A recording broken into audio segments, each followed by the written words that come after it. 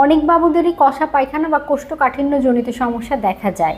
এর পেছনে সঠিক কারণ কি, এই বিষয়টা অনেক বাবা মাই কিন্তু চিহ্নিত করতে পারেন না। বাবুদের যদি কোষ্ঠকাঠিন্য বা কষা পায়খানাজনিত সমস্যা দেখা যায়, তাহলে কিন্তু তাদের হজম প্রক্রিয়া দুর্বল হয়ে যেতে পারে, তাদের অরুচিজনিত সমস্যা দেখা যেতে পারে। এছাড়াও পেটে গ্যাস জমে অসুস্থ অনুভব করতে পারে, সারাদিন কান্নাকাটি সহ নানা ধরনের সমস্যা বা লক্ষণ কিন্তু প্রকাশিত হতে পারে। বিষয়টি নিয়ে কথা বলবো আছি পুষ্টিবিদ নাহিদ আহমেদ। নানা কারণে বাবুর কোষ্ঠকাঠিন্য বা কষা পায়খানা হতে পারে। বাবুর খাদ্য তালিকায় ফাইবার সমৃদ্ধ খাবার, কারণ অনেক বাড়ন্ত বয়সের বাচ্চাদের বাবা মায়েরা কী করেন, ভাত খাওয়ান, মাছ খাওয়ান বা মাংস খাওয়াচ্ছেন, কিন্তু তারা আসলে যে বিষয়টা মাথায় রাখেন না যে বিভিন্ন ধরনের ফলমূলের পাশাপাশি শাকসবজিতে বেশি ফাইবার পাওয়া যায়। অর্থাৎ আমাদের একটি বিষয় খেয়াল রাখতে হবে, বাড়ন্ত বয়সে বাবুদের খাদ্য তালিকার জন্য তাদের বয়স অনুযায়ী পরিমিত পরিমাণে শাকসবজি বর্তমান থাকে।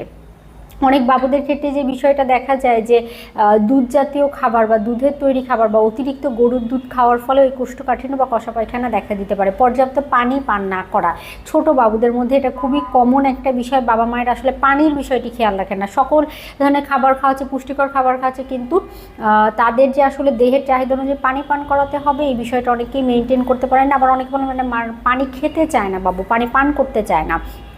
এই বিষয়টা আসলে আমাদের কেয়ারফুলি হ্যান্ডেল করানো উচিত, কারণ আমরা যদি এই বিষয়টা সঠিকভাবে আমরা মেনটেন না করতে পারি, তাহলে কিন্তু বাবুর মল ঠিকই তৈরি হবে, কিন্তু পানির অভাবে তার মল শুষ্ক হয়ে যাবে, মল শরীর থেকে বের হতে পারবে না, কষা হয়ে যাবে বা এই জাতীয় সমস্যা কিন্তু দেখা যেতে পারে।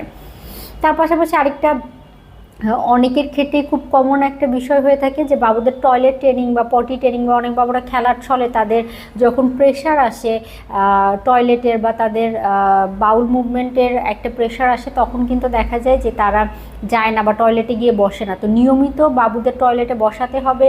টয়লেট যে বা আমাদের হচ্ছে পায়খানা যে নিয়মিত একটা জীবনের পার্ট, এই জিনিসটা বোঝাতে হবে।